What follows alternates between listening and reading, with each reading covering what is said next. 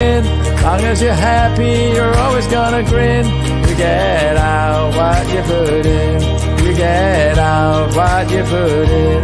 Never gonna lose, never gonna win. Long as you're happy, you're always gonna grin. You get out what you put in. You get out what you put in. You get out what you put in. Good afternoon, and we've got Shane. How the devil are you?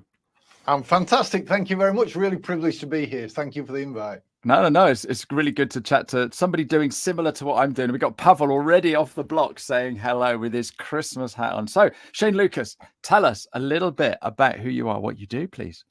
Yeah, wonderful. Thank you. So, well, first and foremost, I'd like to say I'm a husband to a wonderful wife, Jenny, who's also my business partner. We've worked together for 25 years this year, which is fantastic. I'm a dad to two amazing kids, both of which are world champion kickboxers as well. So we travel the world with those. And because my purpose in life is enabling lifestyle choices for people, I run a business and also partake in Ironman events throughout the year, which enable me to make a profound difference. So that's a little bit about me. Wow. I love it because you never know who is the other side of the camera. World champion kickboxers, did you say? Yes, they are indeed. Yes. And Wow. I didn't tell them off these days. Is that because Dad did it at one point? I did, and I was very eager to get them involved, more from a self-defense point of view. But of course, they've excelled far beyond anything I ever did. That's for sure, and they absolutely love it. No, that's fantastic. But surely with kickboxing, there's a lot of discipline and stuff like that in there as well. So skills for life, yeah. Oh yeah, absolutely. Yeah, there's so many things that they can take away. I mean, the perseverance factor. You know, the never give up. All of those, real life kind of learning. Life learning experiences come into it completely. And 3 cheers for Jenny, because behind every great man, there's always a better woman, isn't there? Right. And that's what I say. I wouldn't be here without Debbie. So yeah, 3 cheers for that's a lovely way to start a little chat. And so you run an organization called AVN, which stands for? Well, we represent Inspiring Accountants. AVN itself as an acronym used to stand for the Added Value Network. But for many reasons, many years ago, we changed it just to AVN. But yeah, we stand for Inspiring Accountants, that there is a better way to run their business than maybe the way that they're doing it, or certainly the way that they believe is possible as well. So if it's all right with you, I'll tell you a little bit about AVN, because actually AVN helps me fulfill my life purpose in 3 ways. So one, we help accountants to run a much more profitable, enjoyable business that allows them to maybe work only the hours that they really want to, so they can have much more of a lifestyle outside of the business. And we do that in a number of ways, but I'm not going into that detail right now, but through coaching and training, certainly. But also, too, the second one is that we empower those accountants to be able to deliver with confidence and with great ability advisory programs that really work with their clients. So actually a nice happy consequence of that is that, we're making a difference to the wider community in terms of the accountants' clients, helping them run better businesses and have better lives. And then on the third aspect, actually, we are heavily aligned with the United Nations global goals. We want to make impacts and a difference around the world. So the profits that we generate through AVN, there's a large proportion of that goes to making a difference to the people who maybe don't have the luxury of some of the lifestyle choices that we get to take for granted over here. No, that's absolutely fantastic. I love that. I love the life purpose thing. It's when you're teaching and helping and seeing people get from A to B. And you've probably seen this with your Ironman and your children doing the kickboxing. When they first started kickboxing, they probably couldn't even stand up. And now that, did you say world champions? Yes. Yeah. Wow. You must be very proud. Very, very proud, actually. Yeah. It's amazing just to see them. Yeah. So I coach accountants and bookkeepers, not to the level with you, and it's a big old thing, isn't it? How many members have you got? So we're just about 123, I think, on our main level of membership. We've got lower level ones down where we've got high volume, of course, but our main kind of coaching program, we've got about 123. No, absolutely. So, so you feel a sense of pride when they're doing amazing things, don't you? So one of my clients, I helped him write a book. And so when he stood there with his book on LinkedIn or whatever, he's sort of like, yes. And you do get a sense of pride there, don't you? When you see them sort of like, knocking it out the park, or even just getting over a tiny little hurdle that they've been struggling with for a while. It is, yeah. And actually, it's amazing how much they can undervalue the progress that they've made themselves. But yeah, we obviously patting on the back is actually something that's really important in what we do. Just recognizing those, whether it's pigeon steps or giant leaps, I think it's important that progress is being made. My measure of success actually comes from the Trustpilot reviews, the testimonials, the case studies that we capture, and the progress that we're seeing people make. Yeah. And how long have you been actually doing this, Shane? So yeah, we are celebrating 25 years this very year. Started in September 98, so we're making the most of celebrating for the entire year, right through till next September. But yeah, 25 years, and it genuinely, it sounds like blowing smoke, but it's genuinely been a pleasure working with that profession. Accountants, bookkeepers. I think the personality, the character of people who choose to become accountants is very unique and very special. I think, I've not met an accountant yet that doesn't want to make a difference. Yeah, I think it's like a calling, isn't it? It really is like a calling, because they just love helping people. And I think that's the biggest problem, because they love helping people. They don't necessarily charge the right amount for it. Yes. Which brings me into my next question. It's like I've planned this. What do you see the biggest challenge for accountants at the moment? What are they struggling with the most? Why are they coming to you? Yeah, I mean, just to put some, I suppose, perspective to this as well. So I personally, as well as my team, speak with literally hundreds of accountants every single year. And they different size practices, different lengths of being established, etc. And what we realize is that they actually fall into 5 specific situations. And, you just said it's almost like I planned this. Well, I ran a webinar just yesterday. So I'm going to just drag up, I know that some people won't see this, but it doesn't matter, just for my benefit, I suppose. This is a flip chart that I kind of filled in yesterday, and it just happens to have those 5 situations on it. So ignore the red for a moment, that was kind of afterwards. But the 5 situations are, startup, most people will start up their own business, but not everybody. Some might come in as a partner of an already established firm. But startup, it's a really exciting time, isn't it? Taking on your first clients, designing your website, maybe your business cards or your letterheads or your LinkedIn profile, whatever. But it's a really exciting time.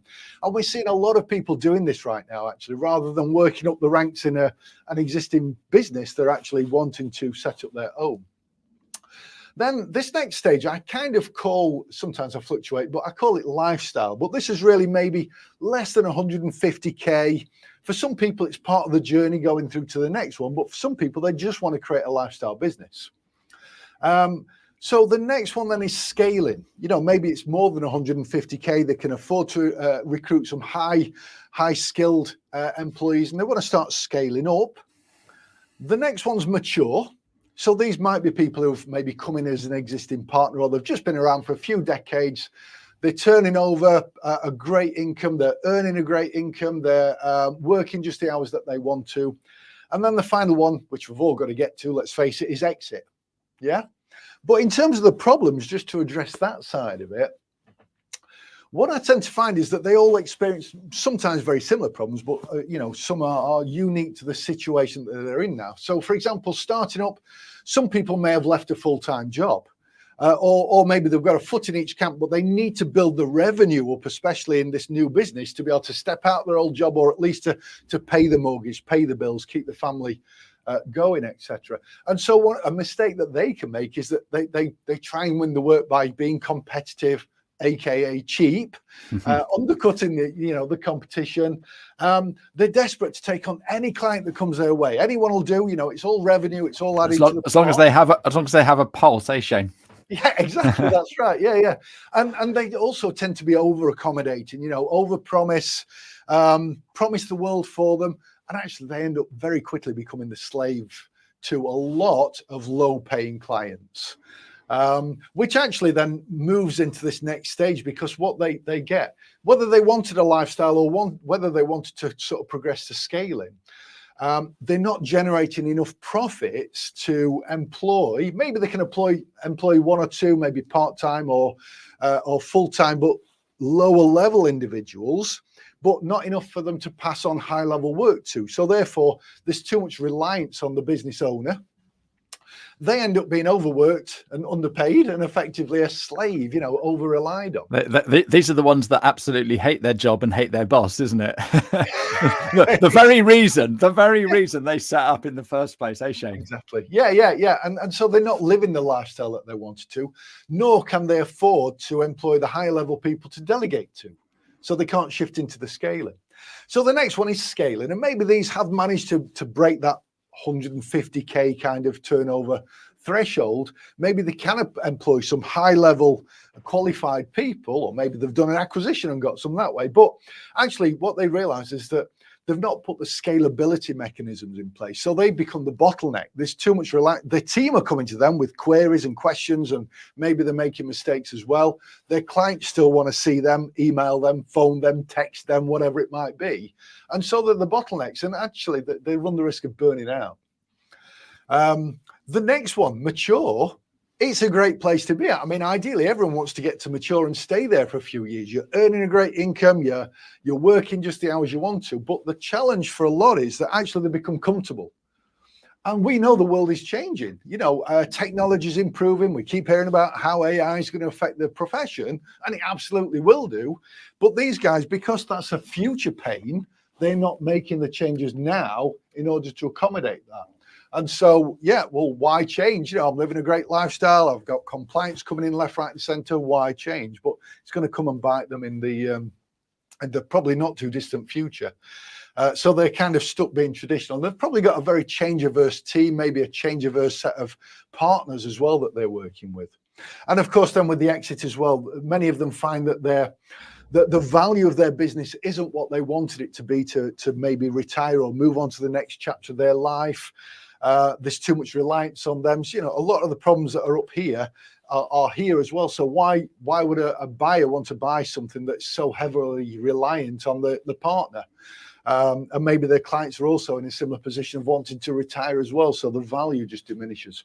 And so, you asked me about the typical challenges. And I think there are lots of commonalities, and there are a lot more of these for each one of these sections, but they tend to be the common ones. And of course, future-proofing, exists throughout all of these, doesn't it? We've all got to be much more future-proofed and accept that we'll always generate an income from compliance. But I think the fee income, the profitability, the value of that is just going to diminish as technology improves that. So it's either work with so many more clients, and if every accountant is competing to get even more clients, then there's going to be a challenge there, or it's deliver high-level work to them. Yeah, and I think that's the thing that we need to be looking at, is the high level work rather than the compliance stuff. If you do it right, it's a sausage factory, and it can be quite lucrative, but is it rewarding? That's the thing. Yeah. And again, it all depends on who's doing it and how you want to run your business. So you've been doing this 25 years. Do you see a difference between the accountant bookkeeper coming in today to what they were 20 odd years ago?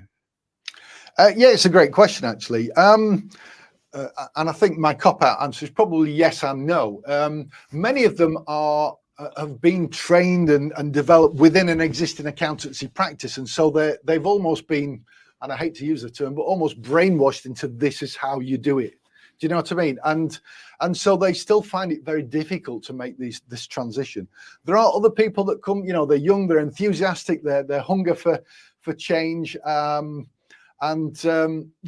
embrace this stuff. They really do. But I think there's probably an 80-20 there, and it's 80% of them are still, maybe they've almost been brainwashed, and they're still trying to set up their new business, but in exactly the same way as their previous employees were running it. Yeah, I noticed that an awful lot. And this is where you probably noticed it as well. Somebody coming from industry decides they want to set up a business. So they might have been running, I don't know, ICI or whatever, if they're still going. But they might have been doing something like that, finance director for a number of years. And they now come and set up a practice because they're not doing it as they used to do it in their old firm. They're finding it out and stuff like that. Do you find that they make different types of mistakes and progress?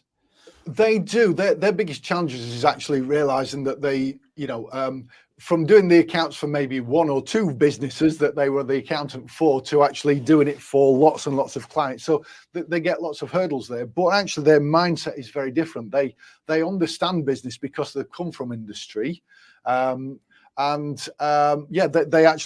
embrace the advisory side of it so much more quickly, I think, than many others. Yeah, because if you so typically what happens, you go to uni, you start in the practice, you work your way up, and then you get to a stage where I'm going to go and set up my own business. And then you sort of like, right, I'm going to do all of that, and I know tax returns and I know this, and you probably haven't done advisory. I'm guessing there's more money in advisory than a tax return. Oh, well, yeah, by far. Well, as long as they're value pricing that, and that's the challenge, because still, there's a lot of people that will charge by the hour, or at the very least have an hourly rate in their head that they think they're valued at, and then maybe calculate a fixed fee based on that. And so they find it very difficult to value it. But, if you're working with, any business for that matter, it doesn't have to be multi-million, even if it's a small business, we often, most of us are brought up with the old expression, you get what you pay for. If it's cheap, it's probably rubbish. Yep. And so if you're paying for kind of strategic advice, and, another misconception as well that we overcome is that many accountants think, well, for me to give business advice to my clients, I have to understand their business better than them. And actually, that's not the case, certainly not the kind of advisory we teach. It's about using their skills as an accountant, using their brilliant skills with numbers, and providing the advice on a very different level. So it's actually a very natural and comfortable fit for accountants. But it still has to be delivered and valued very different. There's another expression that comes to mind: the more they pay attention. Yes. So when you're giving away when you're giving away your advice for free, it's almost in one ear and out the other. But when they pay a lump sum, a significant amount for that, it's amazing how much they actually take that on board and will make sure that they get their money's worth by taking the action. No, absolutely brilliant. I've got a great question from Pavel here. What is the main marketing challenge for accountants? The main marketing challenge, I think their biggest challenge is that they don't differentiate themselves from other accountants. If you were to pull up 3 accountants' websites, whether it's in your area or in general, they'll all say very similar things. They'll all say, we're accountants and business advisors. We're forward thinking. We're different. We're proactive. And then they'll go on to say, we do accounts, we do bookkeeping, we do payroll. And the biggest challenge there is that from a business owner's point of view, they do have the luxury that a business owner knows that they need an accountant. So they are actively looking, maybe not that regularly, but they are looking for an accountant when they want one. But if they go onto a website and think, well, I need my accounts doing, and that's all they think, I need my accounts doing, maybe I need my bookkeeping doing. If they look at 3 individual websites and they all say the same, they may have different graphics and colors and pictures, but they all effectively say the same. It's then, well, if they all do the same, I'm just going to pick the cheapest price, because price can only ever be the deciding factor. But actually, there's a few things that we help accountants do, and that's you're probably familiar with the term, unique selling points. Yes. Well, I don't do that anymore. I go with ESP, which is emotional selling points. And, Aristotle 2,500 years ago said we should communicate on 3 levels, the logos, the ethos, and the pathos. Logos is the logic, the facts and figures, all of that lot. The pathos is the credibility. And I think accountants are great at those 2 elements. The credibility, maybe it's the qualifications and things. The pathos is the emotional side of it. And nowadays, it's no longer B2B or B2C. It's about H2H. It's about human to human. We've got so much choice now. We want to resonate on an emotional level with somebody. So if you can differentiate yourself, there are other factors as well, but on your emotional selling points and connect with them on an emotional level, then price doesn't become the deciding factor anymore. If you can demonstrate that you understand your ideal client's business, you understand the challenges, the emotional challenges that they face as a result of that, and can demonstrate that you're different, not just say you're different, and demonstrate how you help people overcome those challenges and make their life easier, and let your personality shine through, then actually price actually isn't the deciding factor anymore. It's about that value, that emotional connection. So for me, the marketing challenge is that they're not differentiating themselves sufficiently. That's a great answer. Thanks for that question, Pavel. Yeah, great question. But it's difficult to differentiate yourself if all you see yourself doing is the same as everybody else, because they're called XYZ accountants, you're called ABC accountants. How do we differentiate? So how do you get that into their heads then? Because that's going to be an even bigger challenge, isn't it? Yeah, well, that's why that's a 2-day workshop that we run, really, and there's a lot of deep diving. It's not as easy for maybe the startups who have maybe not found themselves, but actually the other people, when we really dig deep, and we can understand that actually they've got maybe a preferred kind of client that they work with. It doesn't have to be industry specific, but you can niche in multiple ways. Industry is one, but you could niche to a specific set of circumstances. But once you realize that actually they maybe have just a few clients that they really resonate with, they really understand them, then actually you can start to take that information out and figure out, well, why do you understand them? Why do you resonate? What's their personality like? What's their business like? I always talk about this. One of my members, his niche is any business owner that's about to recruit their 13th employee. So imagine somebody at a networking event saying, "Oh, tell me what you do." "Oh, I'm an accountant and I niche with people who are about to take on their 13th employee." They're going to be a bit puzzled and maybe taken aback by that. But importantly, they're going to say, "Tell me more," which is what you want, isn't it, from that kind of thing. And what I'll say is, look, if you're about to take on your 13th employee, chances are your business has achieved this kind of size. You've probably got X, Y, Z in place, but actually you're probably already experiencing this challenge, this challenge, this challenge, at which point their mouth is open. They're going, "Yeah, that's me." And they'll say, when you take on your 13th employee, the team dynamic will change from being kind of family oriented to almost switching to a hierarchical structure. And you'll also experience this challenge, this challenge, this challenge. And again, they're nodding. It's like, "You've got me. This is exactly where I'm at." And then I say, "Well, look, I help people make that transition into scaling up without experiencing those problems, or at least, limiting them." And of course, he's got them hooked because he's demonstrated that he understands their business. And that's really what you've got to get to. So yeah, for the existing people, it's finding out, are there some people that you've helped and given some advice to that's worked? Let's just really focus on that and see if we can build that kind of profile around it and look at, what's your emotional connection going to be to them? How do you demonstrate that you understand them? No, fantastic. So you just said a 2-day workshop. How does that? Can I come to that, or have I got to be a member of AVN? Yeah, these are exclusive to our members. So we have in terms of how we help. I mean, for all of these, we have kind of a different pathway that we've mapped out, again based on our experience over the years, like a top strategic level pathway, ultimately to help them achieve their vision. Because everyone's got a different vision, but the vision is usually around their lifestyle. The accountancy business is going to do pretty similar things, whether they want to scale up or whatever. But we recognize that there are certain steps that have to be achieved along the way. But actually, within each one of those steps, maybe we tailor specifically to. There are lots of factors, but the personality of the accountant. Are they risk averse? Are they pigeon step takers, or are they giant leap takers? When it comes to taking action, there's no right and wrong. It's just that we can tailor the approach that so that they're getting the results that they want, feeling comfortable, feeling confident, and actually enjoying the journey every step of the way.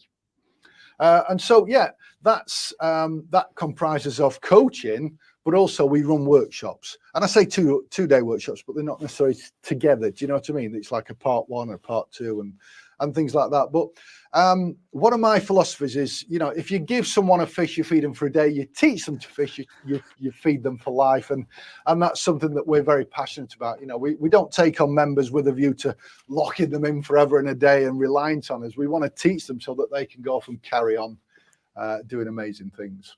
And that's exactly what I say to my students when they come on my workshops, because you need to be able to do it yourself. You can't rely on other people. You need to know how it all works and stuff like that. Okay, so I've been listening to this. This is amazing. How do I join? What do I have to do? Is there an application process? Do you let anybody in? How does it work? Well, no, we don't let anybody in either. We've got a kind of a bit of a criteria, but I think actually a good starting point, if anyone listening to this, you know, if anything's resonated and you want to find out a little bit more, I think the best and simplest option is just to visit the homepage of my website, which is, and I think maybe a member of my team might be on the LinkedIn to post that comment in there, but it's just www.avn. So added value network, just to give you the you know what that stands for, .co.uk. And what I've got on there is some freebies which you can just download. So I've got, you know, for the startup, the lifestyle, the scaling, the mature, the exit, a little booklet that you can download, and there's some tips in there. It'll paint a bit of a picture as to where you are, maybe some of the challenges, the hurdles that you need to overcome, and some next step actions that you can take now. And of course, from that, you've got our contact details. And if you wanted to have a quick conversation, you know, you can book a discovery call with somebody in our team. And even if we didn't feel we're right for each other, we always give you some solid recommendations on what you could do, or maybe who you could approach as well. You know, we're not the only people in this space, and for us, it's about the best match. Absolutely. No, absolutely fantastic. And we just saw Holly there's put that up on there, and all of these are going to be in the links in the podcast. So whatever channel you're listening to, just scroll down. I could chat to you all day, Shane. You're talking my language. We need to grab a beer at Accountex or something. I've got one more question for you, but before I go into the question, I need to let everybody know who my guest is for the last show of the year. Where is she? There she is, the lovely Francesca Tricarico. She does such a lot to help all our accountants and bookkeepers, and is a superstar on social media. So we're going to have a fun natter next week. So my last question to you. When you were knee-high to a grasshopper, running around primary school with your shorts on and your pigtails and what have you, what did you want to be when you grew up? I don't think I ever managed the pigtail. What did I want to be? What do I still want to be when I grow up? Is an astronaut. I've always had a fascination with space. I love astrophysics is a real passion of mine. I read a lot. I watch documentaries on astrophysics all of the time. My son also shares that passion as well. So astronaut, to answer your question. And yeah, I would love to. I'd love to move to Mars. My wife is a little bit against the idea, but I've got a bit of time, I think, to twist her arm. But yeah. Wow. That's incredible. That's incredible. One giant step, which is what your members of AVN are doing. Shane, it's been delightful having a chat with you. Thank you so much for your time today. Thank you very much for your questions, Pavel, and anyone else who's watching. And yeah, thank you very much indeed. Have a fantastic Christmas. You have a great Christmas. All the best. Bye-bye. You get out what you put in.